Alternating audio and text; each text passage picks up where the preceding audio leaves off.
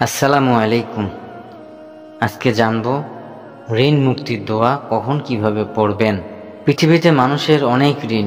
ঋণ থেকে বাঁচার জন্য কি করবে মানুষ চিন্তা করে পায় না, সুদে চলে যায়।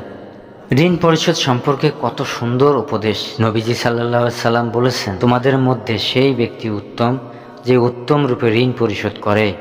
কেউ যেন ঋণ পরিশোধে গরমিল না করে সেজন্য নবীজি বলেছেন, ঋণ পরিশোধ না করা কবিরা গুনাহের অন্তর্ভুক্ত। তিনি একান্তই যদি ঋণ পরিশোধ করতে অপারগ হয় তবে তার করণীয় কি?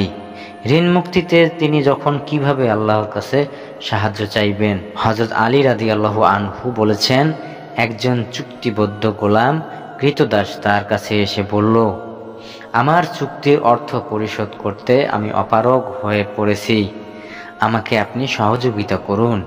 তিনি বললেন, আমি তোমাকে কি এমন একটি বাক্য শিখিয়ে দেব না যা আমাকে আল্লাহর রাসূল শিখিয়ে দিয়েছিলেন? যদি তোমার উপর শির ও পর্বত পরিমাণ ঋণও থাকে তবে আল্লাহ তাআলা তোমাকে তা পরিশোধের ব্যবস্থা করে দিবেন। তিনি বললেন, তুমি বলো, আল্লাহুম্মা কফিনি বিহালালিকা আন হারামিকা ওয়া আগনিনি বিফাদলিকা আম্মান সিওয়াকা।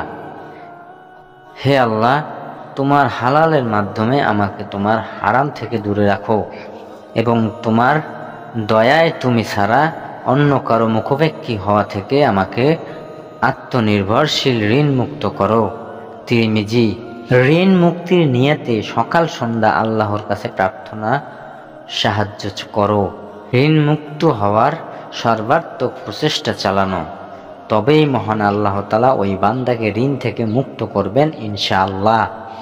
শুধু তাই নয়, নবীজি সাল্লাল্লাহু আলাইহি সাল্লাম বলেন, সব সময় ভয় চিন্তা পেরেশানির পাশাপাশি ঋণ থেকে মুক্তি চাইতেন। তাই যারা ঋণগ্রস্ত তাদের জন্য ঋণ মুক্তিতে নবীজি সাল্লাল্লাহু আলাইহি সাল্লাম নিয়মিত আমলের মাধ্যমে আল্লাহর কাছে আশ্রয় চাওয়া জরুরি। হযরত আনাস ইবনে মালিক রাদিয়াল্লাহু আনহু বর্ণনা করেন, নবীজি সাল্লাল্লাহু আলাইহি ওয়াসাল্লাম যখন অবতরণ করতেন তখন প্রায় তাকে এই দোয়া পড়তে শুনতাম, অর্থাৎ, হে আল্লাহ, আমি দুশ্চিন্তা ও পেরেশানি থেকে আশ্রয় চাই, অক্ষমতা অলসতা থেকে আশ্রয় চাই, কৃপণতা ও ভীরুতা থেকে আশ্রয় চাই, ঋণ ভার ও লোকজনের প্রাধান্য থেকে আপনার কাছে মুক্তি চাই।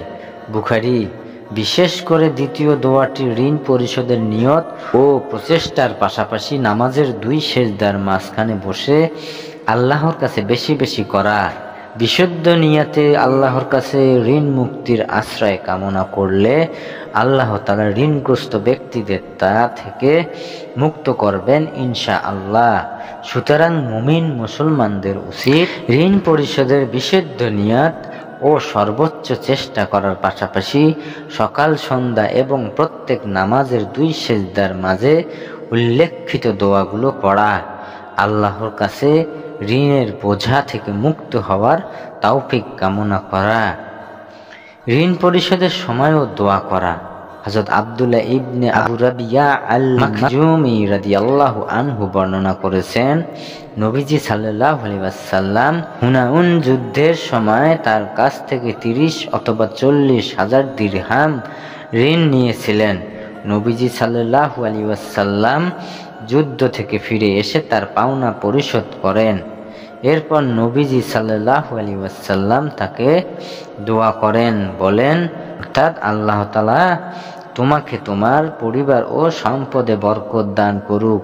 নিশ্চয়ই ঋণের প্রতিদান হলো তা পরিশোধ করা এবং প্রশংসা করা। ইবনে মাজাহ, সুনানে আহমদ। আল্লাহ তাআলা মুমিন উম্মাকে ঋণ পরিশোধে তৌফিক দান করুন। হাদিসের উপর যথাযথ আমল করার তৌফিক দান করুন। ঋণ পরিশোধ করার মাধ্যমে সবাইকে সর্বোত্তম আমলকারী হিসেবে কবুল করুন। আমিন। জাযাকাল্লাহু খায়র।